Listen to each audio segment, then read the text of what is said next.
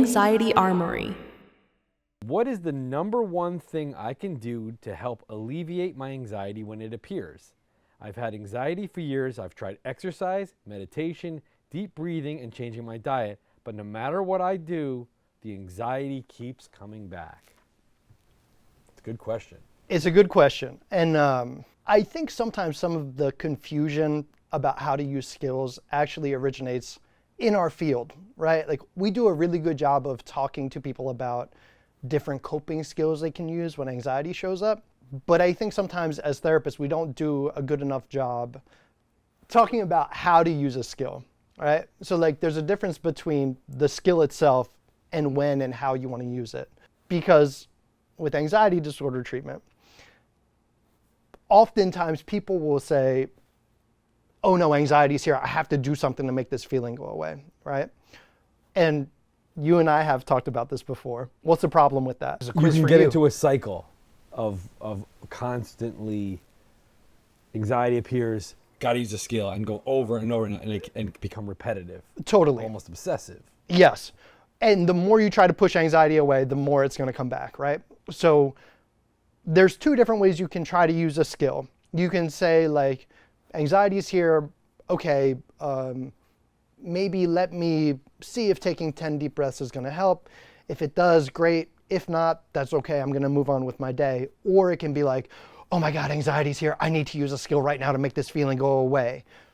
That second one that I just described about like, oh my God, anxiety's here, the house is on fire. That's not helpful, because what we're doing is we're teaching the brain that anxiety's here. We need to respond to it. It's dangerous. Whereas in the first one, it's kind of like, I can try to use a skill. Maybe it'll be helpful, maybe not. If it helps, great. If not, I'm okay with the anxiety being here, right? That's what we want. Because the more we're saying like, oh my God, this feeling's here, I need to make this go away by using a skill, the more we're teaching the brain that it's dangerous. It makes sense. I mean, even you saying that sounds anxiety provoking when you get into that, oh my God, anxiety's here mode. Yeah.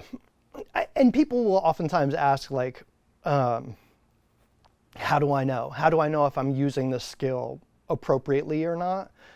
And my go-to answer for that is usually, what's the attitude with which you're trying to use this skill, right? So like, if you're saying, oh my God, anxiety's here, I got to do something to make this go away, that attitude is a lot different than, okay, let me try doing 10 deep breaths, and if it goes away, great. If not, I can live with this, right? So that's usually my go-to, is like, what's the attitude that you're trying to use a skill with? Gotcha. And you know, I'm sure you know, DBT skills are a big thing, and like, you go online, you go on YouTube, or you just like Google, what can I do to help my anxiety? You'll get a list of like 50 different things that you can try, but in my experience, none of that stuff gets into sort of the intricacies of like, but remember, no matter what, if you're using it with this attitude, it's probably not going to be helpful. Or you can actually be exacerbating the situation. That's good to know. I'm going to tell you a quick story. When I was really in the midst of my anxiety disorder, I made like a full-time job out of not feeling anxious, right? So like, I was running 6 or 7 miles a day. Anytime I would get an anxious feeling, I would go do something, right? Like, so I probably was spending an hour or two a day exercising, an hour or two a day meditating. I got into like this cold plunge thing because that was supposed to help with anxiety. And then as I started to learn more about the disorder as time went on, I realized that when I was doing that, I was actually making my disorder way worse, because I was teaching my brain every time I was doing that, this is dangerous, I need to respond to it. When really you just want to treat it like a malfunctioning smoke detector that's going off, but there's no smoke, there's no fire. You don't need to do anything about it. Yeah. I like that. Thank you. One other thing I'll say about this.